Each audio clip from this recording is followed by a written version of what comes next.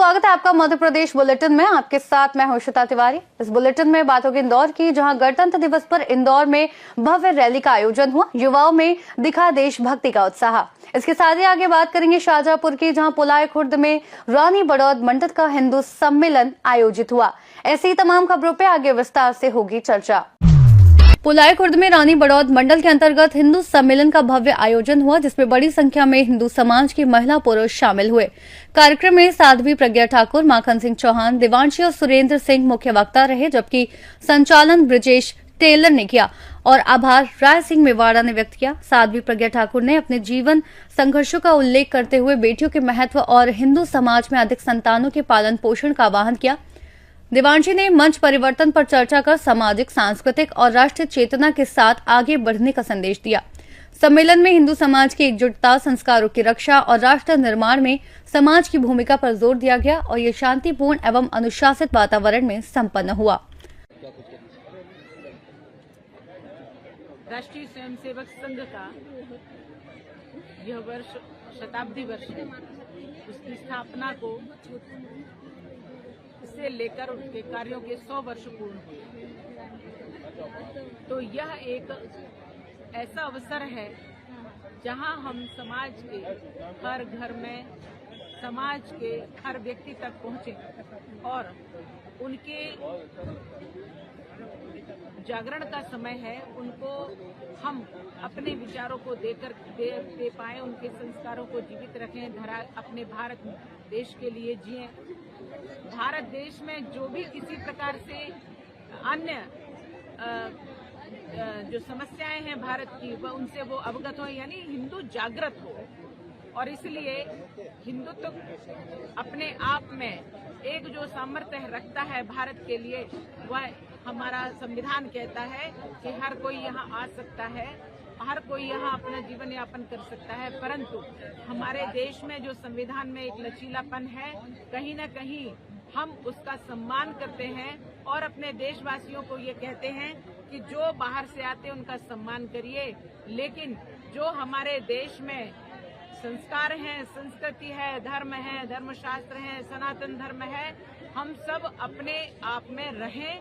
अगर इस पे कोई कुठाराघात करता है तो वह भी हमें जानकारी होना चाहिए और उसका भी हमें प्रतिकार करना चाहिए, तभी हमारा देश सुरक्षित रहेगा, देश समृद्ध रहेगा। और राष्ट्रीय स्वयंसेवक संघ जिस प्रकार से अपनी सेवा प्रदान करता है अपने लोगों के बीच में पूरे देश में, इस प्रकार से वह सेवा कार्य करता है, विद्यार्थियों को शिक्षा देता है, बच्चों को संस्कार सिखाता है, वृद्धों के लिए सम्मान, अपने जो वस्तुएं हैं, अपने जो धरोहर है देश की, उसका सम्मान करना, यह हम सबको सिखाता है। और इसके 100 वर्ष जो संघ के पूर्ण हुए हैं, उसका यह उत्सव है और हम सबके बीच में हम इकट्ठा होकर के मनाएं और इसके प्रति, अपने राष्ट्र के प्रति जागृत रहें, यह भाव सिखाता है। अभी उज्जैन जिले के तराना में जो घटना हुई है, उसके विषय में आपका क्या कहना है? मैं इन विधर्मियों के लिए हमेशा समाज को जागृत करती हूँ और मैं एक ही बात कहती हूँ कि जिनके यहाँ संस्कार नहीं दिए जाते और जो भारत के नहीं हो सके, जो अपने सनातन धर्म के नहीं हो सके, वह विधर्मी बन गए। ये जो यहाँ जितने भी विधर्मी हैं, मुस्लिम हैं, वो पहले हिंदू थे, लेकिन जो अपने धर्म के नहीं हो पाए, अपने जाति के नहीं हो पाए, अपने विचारों के नहीं हो पाए, अपने देश के नहीं हो पाए, वो आपके नहीं हो सकते। इसलिए जहाँ इनकी थोड़ी सी संख्या बढ़ती है, यह इस प्रकार की घटनाएं करने लगते हैं। जो तराना में हुआ, उन्होंने हिंदुओं पर तमाम अत्याचार किए, तमाम प्रहार किए। इसके बाद नमाज पढ़ के, उनकी वो नमाजें नहीं होती, वहाँ इकट्ठे होकर यह षड्यंत्र करते हैं और षड्यंत्र करके हमारे हिंदुओं पर आक्रमण करते हैं, हमारे देश पर हमला करते हैं, हमारे धर्म को हटाना चाहते हैं हमें धर्म से। और इसलिए ऐसे लोगों का प्रतिकार हमें करना ही चाहिए। हमारी मध्य प्रदेश सरकार को भी यह सोचना चाहिए। उज्जैन के पास ही तराना है, हमारे उज्जैन के ही मोहन जी यादव हैं, वो मुख्यमंत्री है इस समय। तो सिर्फ मैं उज्जैन और तराना की बात नहीं करती हूँ, मैं कहती हूँ ये पूरा मध्य प्रदेश आपके लिए कर्तव्य है और इसको सुरक्षित करना। और ये हरी चादर और सफेद चादर के कुकर्म है, इनसे हमारे समाज को बचाइए, हिंदुओं को बचाइए और कानून इतना कठोर बनाइए कि विधर्मी अपनी चालों में, षड्यंत्रों में कभी सफल ना हो पाए। शाजापुर से सीनियर संवाददाता रमेश की रिपोर्ट।